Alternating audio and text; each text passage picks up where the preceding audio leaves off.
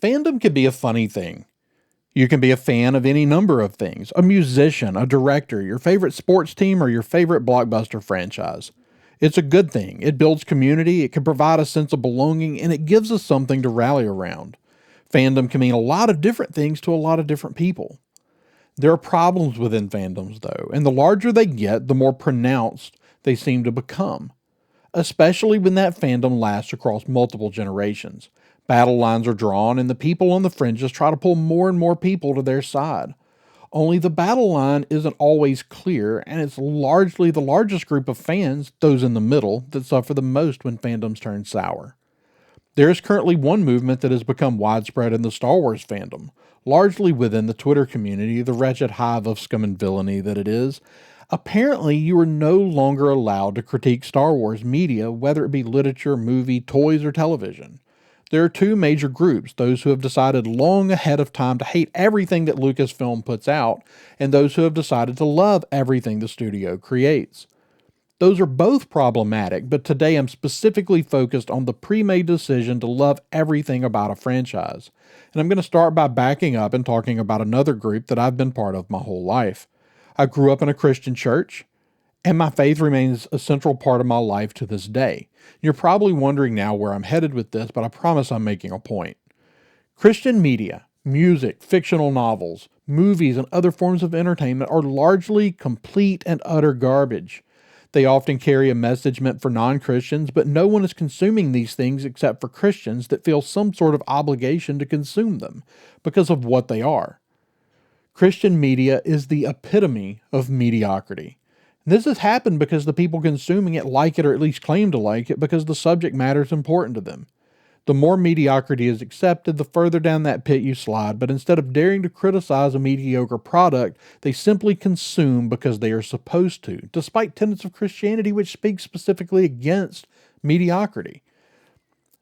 This is no different than an amateur or professional sports team that keeps a coach because he finishes one game above a 500 record, year in and year out. Sure, he's winning more than he's losing, but when did that become the point of competition?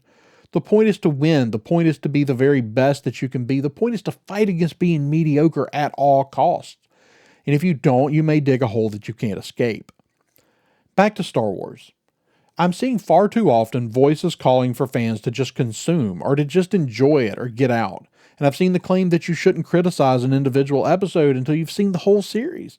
And I've seen too many claim, I love all Star Wars, which at face value doesn't seem problematic, until you realize that what they actually mean is that they love all Star Wars, past, present, and preemptively love all future Star Wars simply because they are supposed to, and maybe the most malicious of the bunch, those who tell others that if you don't love it too, then you aren't a real fan. Unfortunately, critique is not a thing taught in school, even though it should be taught throughout. And I'm not talking about offering up an I love it or an I hate it. While those are certainly valid feelings, they are not critique. Critique must offer something of more substance. The most recent occurrence of this in the Star Wars fandom has come during the Book of Boba Fett. And I'm not going to get into the specifics of that show right now because our full reviews are already out there, but I will say that the series was less than perfect. Despite the fact that I think all of the ingredients were there for it to have been something really, really special. The problem here, and to be clear, this should be a problem, regardless of whether you loved or hated the show, were the numbers of fans calling out other fans for daring to share a less than stellar view of the show.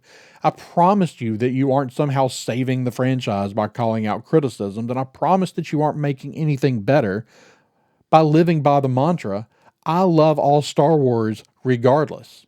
There has been a steady decline in the quality and substance of Star Wars literature, and too many people have just continued to consume because they are supposed to. And don't think that the live-action Star Wars products are in the bad shape that the books are yet, but if enough people continue to celebrate mediocre books just because they are Star Wars, it will bleed over into the live-action products, and many would argue that it has already happened. I really want you to hear this part though. I'm not saying that Star Wars is mediocre.